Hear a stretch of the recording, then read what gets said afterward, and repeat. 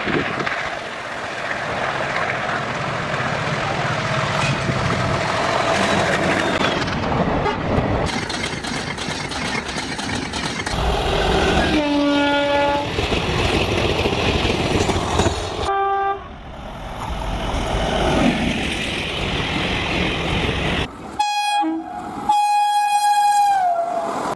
ട്രെയിനിൽ നിന്നും മാറി പുതിയ മോഡേൺ ട്രെയിനിലേക്ക് മാറി. ഇനി ഇന്ത്യയിൽ പുതിയ ബുള്ളറ്റ് ട്രെയിനിൻ്റെ കാലമാണ്. അപ്പോൾ നമുക്ക് പരപ്പനങ്ങാടി റെയിൽവേ സ്റ്റേഷൻ്റെ കാഴ്ചകൾ കാണാം.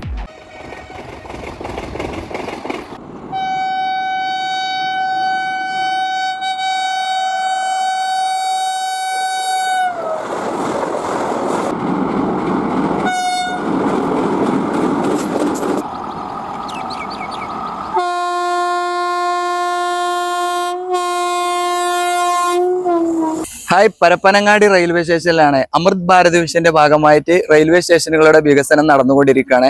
കഴിഞ്ഞ ദിവസം ഞാൻ തിരൂർ റെയിൽവേ സ്റ്റേഷന്റെ കാഴ്ചകൾ കാണിച്ചിരുന്നു. നല്ല അഭിപ്രായങ്ങളായിരുന്നു. അപ്പോൾ ഇന്ന് ഞാൻ വന്നിട്ടുള്ളത് പരപ്പനങ്ങാടി റെയിൽവേ സ്റ്റേഷനിലാണ്. വളരെ നല്ല മാറ്റങ്ങൾ വരുത്തിയിട്ടുണ്ട്. കുറേ ഭാഗങ്ങളിൽ പുതിയ മാറ്റങ്ങളൊക്കെ വരുത്തിയിട്ടുണ്ട്. നല്ല പാർക്കിംഗ് ഏരിയകളൊക്കെ കൊണ്ടുവന്നിട്ടുണ്ട്.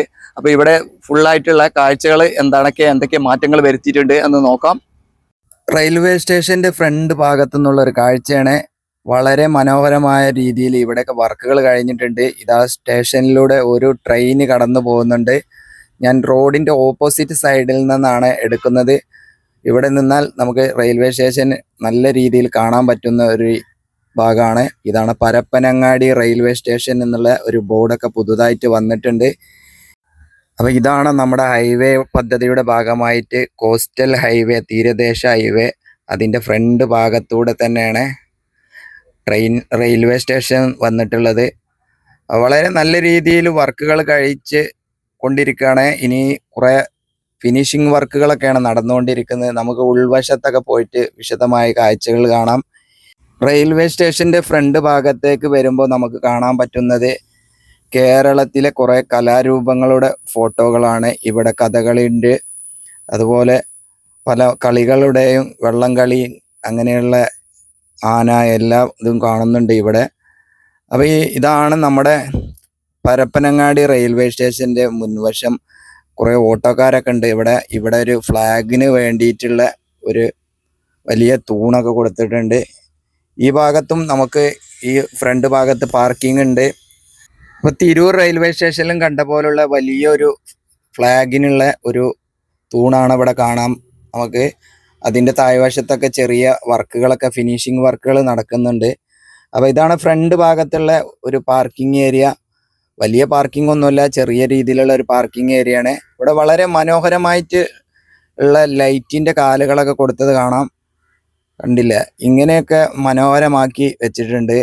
ഇവിടുത്തെ ഡിസൈൻ തന്നെ ഒരു മനോഹരമായൊരു ഡിസൈൻ ആണ് വന്നിട്ടുള്ളത്. പാർക്കിംഗ് ഏരിയയിൽ നമുക്ക് ഇവിടെ ഒരു ലൈറ്റിൻ്റെ തൂണ് കാണാം. ഐമാസ് ലൈറ്റ് ഒക്കെ കൊടുത്തിട്ടുണ്ട്. അത്യാവശ്യം വാഹനങ്ങളൊക്കെ ഇവിടെ പാർക്കിംഗ് ഒക്കെ ചെയ്യാം. അപ്പോൾ ഇവിടെ നിങ്ങൾക്ക് ഫീസൊക്കെ കൊടുത്ത് ആധാർ കാർഡും ലൈസൻസൊക്കെ കൊടുത്തു കഴിഞ്ഞാൽ വാഹനങ്ങൾ പാർക്ക് ചെയ്ത് പോവാം. അതിനുള്ള സൗകര്യങ്ങളൊക്കെ ഇവിടെ ഉണ്ട്. അപ്പോൾ ഇതാണ് നമ്മുടെ പരപ്പനങ്ങാടി റെയിൽവേ സ്റ്റേഷൻ്റെ ഒരു ഡിസൈൻ വന്നിട്ടുള്ളത്. ഒരു ബ്രൗൺ കളറാണ് കൊടുത്തിട്ടുള്ളത്. ഈ ഭാഗത്തുനിന്ന് വാഹനങ്ങൾ നമുക്ക് സ്റ്റേഷൻ്റെ ഉൾവശത്ത് പോയി ഇറങ്ങാൻ പറ്റുന്ന രീതിയിലാണ് ഇവിടെ ഡിസൈൻ ചെയ്തിട്ടുള്ളത്. മഴയുള്ള സമയത്തൊക്കെ നമുക്ക് ഇതിൻ്റെ ഉൾവശത്തേക്ക് കയറി പോകുന്ന രീതിയിലാണ് ഡിസൈൻ ചെയ്തിട്ടുള്ളത്. ഇതാണ് കയറി വരുന്ന ഒരു ഭാഗം. ഇതിൻ്റെ മുൻവശത്തൂടെ അങ്ങോട്ട് ഇറങ്ങി പോവുകയും ചെയ്യാം. ഈ മഞ്ഞ കുറ്റി കൊടുത്തിട്ടുള്ള ഭാഗത്ത് ആളുകൾക്ക് വന്ന് നിൽക്കാനും ഇറങ്ങി പോകാനൊക്കെ ഉള്ള ഒരു ഭാഗമാണ്. വീൽ ചെയറുകളൊക്കെ കൊണ്ടുപോകുന്ന രീതിയിൽ തന്നെയാണ് ഇവിടെ ഡിസൈൻ ചെയ്തിട്ടുള്ളത്. കണ്ടില്ലേ, ഈ ഭാഗത്തൂടെയാണ് നമുക്ക് വീൽ ചെയർ ഉള്ളതും ആളുകൾക്കൊക്കെ നടന്ന് കയറി വരാനുള്ളൊരു ഭാഗം. ഈ ഭാഗത്തും നമുക്കൊരു പിക്ചർ കാണാം. ഒരു കേരള തനിമയുള്ള ഒരു പിക്ചറാണ് കൊടുത്തിട്ടുള്ളത്. ഇവിടെ ഉൾവശത്ത് തന്നെ ഇവിടെ ഒരു ഗാർഡൻ പോലെ ചെറിയ രീതിയിൽ സെറ്റ് ചെയ്തിട്ടുണ്ട്. അപ്പോൾ ഇനി നമുക്ക് ഉൾവശത്തേക്ക് പോകാം. ഉൾവശത്തേക്ക് പോകുമ്പോൾ ഇവിടെ ടിക്കറ്റ് കൗണ്ടറൊക്കെയാണ് ഈ ഭാഗത്ത് കാണുന്നത്. ഫ്രണ്ടിൽ വരുന്ന ഈ ഭാഗത്ത് തന്നെയാണ് നല്ല രീതിയിൽ ഒരുക്കിയിട്ടുണ്ട് ടിക്കറ്റ് കൗണ്ടർ. ഇതിൻ്റെ അടുത്ത് തന്നെ നമുക്ക് LED വാള് കൊടുത്തിട്ടുണ്ട് പുതുതായിട്ട്. നേരത്തെ ഇങ്ങനെയുള്ള വാളുകളൊന്നും ഇല്ലായിരുന്നു. പുതിയ LED വാളുകളൊക്കെ വന്നു. ടിക്കറ്റ് കൗണ്ടറിൻ്റെ ഉള്ളിൽ നിന്ന് ഇറങ്ങിയപ്പോൾ ഇവിടെ ഉണ്ടായിരുന്ന ഒരു ട്രെയിൻ ഇതാ കടന്നു പോകുന്നു. അപ്പോൾ ഇനി നമുക്ക് ഇവിടെയുള്ള റെസ്റ്റ് ഏരിയകൾ ഏതൊക്കെ ഭാഗങ്ങൾ എന്തൊക്കെയാണ് മാറ്റങ്ങൾ വരുത്തിയിട്ടുള്ളത്. ഇവിടെ ഇതാ പുതിയതായിട്ട് ആളുകൾക്ക് വന്നിരിക്കാനുള്ള ഒരു റെസ്റ്റിംഗ് ഏരിയ ഇവിടെ ഇതാ ഒരു ബോർഡൊക്കെ വെച്ചിട്ടുണ്ട്, കാണാം. കാത്തിരിപ്പ് കേന്ദ്രം. ഈ ഭാഗത്തൊന്നും അത്രയും വലിയ രീതിയിലുള്ള ബെഞ്ചുകളോ കാര്യങ്ങളോ ഒന്നും ഇല്ലായിരുന്നു. ഇവിടെ കാണാം നമുക്ക് ചാർജിങ്ങിന് വേണ്ടിയിട്ടുള്ള പ്ലഗ് പോയിന്റ് ഒക്കെ കൊടുത്തിട്ടുണ്ട്. അപ്പോൾ വലിയൊരു സ്റ്റേഷനായി മാറിക്കൊണ്ടിരിക്കുകയാണ് പരപ്പനങ്ങാടി റെയിൽവേ സ്റ്റേഷൻ. ചെറിയൊരു സ്റ്റേഷനായിരുന്നു. കൂടാതെ ഇവിടെ LED വാളുകളൊക്കെ കൂടുതൽ വന്നിട്ടുണ്ട്. നേരത്തെ ഇങ്ങനെയുള്ള സംവിധാനങ്ങളൊന്നും ഇല്ലായിരുന്നു. ഇതാണ് ഇവിടെ ഉണ്ടായിരുന്ന ഒരു ഫൂട്ട് ഓവർ ബ്രിഡ്ജ്. അപ്പോൾ ഇതൊക്കെ വളരെ നല്ല രീതിയിൽ വർക്കൊക്കെ കഴിഞ്ഞിട്ടുണ്ട്. പിന്നെ ഇവിടെ വന്നിട്ടുള്ള ഒരു മാറ്റം, ട്രെയിൻ വന്ന് നിന്ന് കഴിഞ്ഞാൽ നമുക്ക് മഴ കൊള്ളാതെ ട്രെയിനിൽ കയറാവുന്ന രീതിയിലേക്ക് പ്ലാറ്റ്ഫോമിൻ്റെ ഭാഗത്ത് ഫുൾ ഭാഗത്തും ഷീറ്റ് വർക്ക് ചെയ്ത് കഴിഞ്ഞു. ഒരു ട്രെയിൻ വരുന്നുണ്ട്, ഞാൻ നോക്കിയിരുന്നു. അപ്പോൾ ട്രെയിനിനെ ഫുള്ളായിട്ട് കവർ ചെയ്യുന്ന രീതിയിൽ ഷീറ്റ് വർക്കൊക്കെ ചെയ്തിട്ടുണ്ട്.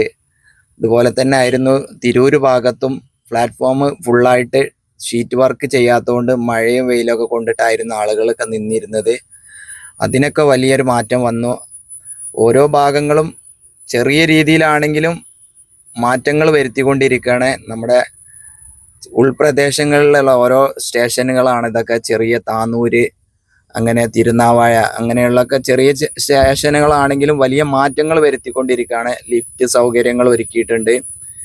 അപ്പോൾ ഇതുപോലുള്ള സ്റ്റെപ്പുകളൊക്കെ കയറി മുകളിലേക്ക് പോകാൻ പ്രയാസമുള്ളവർക്ക് ലിഫ്റ്റിൻ്റെ സൗകര്യം ഉപയോഗിക്കുക. കണ്ണ് കാണാത്ത ആളുകൾക്ക് വേണ്ടിയിട്ടുള്ള ഒരു ലൈൻ ഇടുന്ന ആ വർക്കുകളൊക്കെ കഴിഞ്ഞിട്ടുണ്ട്.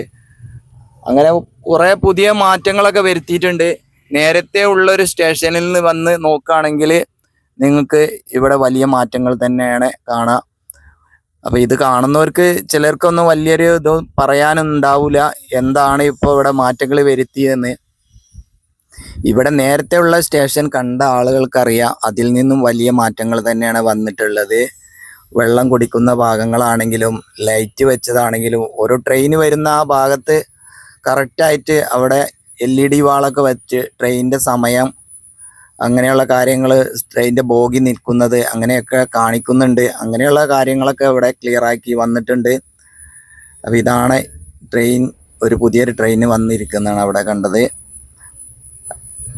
അപ്പോൾ അത്യാവശ്യം മാറ്റങ്ങളൊക്കെ വന്നു. ഇനി നമുക്ക് സ്റ്റേഷൻ്റെ ബാക്ക് ഭാഗത്തുള്ള എൻട്രി ആണ് ഇത്. ഇവിടെ സ്റ്റെപ്പൊക്കെ നല്ല രീതിയിൽ ഇൻ്റർലോക്ക് വിരിച്ച് വളരെ വൃത്തിയാക്കിയിട്ടുണ്ട്. ഇവിടെ ഒരു കൈവരികളൊക്കെ കൊടുത്തു കഴിഞ്ഞു. ആ കാണുന്ന ഷെഡ് പോലെയുള്ളതാണ് ടിക്കറ്റ് കൗണ്ടർ. ഇവിടെ നമുക്ക് വീൽ ചെയറൊക്കെ കയറ്റിക്കൊണ്ട് വരാവുന്ന രീതിയിലാണ് ഇവിടെ ഒരു റാമ്പ് കൊടുത്തിട്ടുണ്ട്. കണ്ണ് കാണാത്ത ആളുകൾക്ക് കയറി വരാൻ ഒരു മാർക്കിംഗ് ഒക്കെ കൊടുത്തിട്ടുണ്ട്. ഇവിടെയാണ് ഇവിടെയുള്ള പാർക്കിംഗ് ഏരിയ. ഈ ഭാഗത്തുള്ള പാർക്കിംഗ് ഏരിയ വളരെ വിശാലമായൊരു പാർക്കിംഗ് ഏരിയ തന്നെയാണ് ഈ സ്റ്റേഷനെ സംബന്ധിച്ചിടത്തോളം. അത്യാവശ്യം വാഹനങ്ങൾക്കൊക്കെ പാർക്കിംഗ് ചെയ്യാം.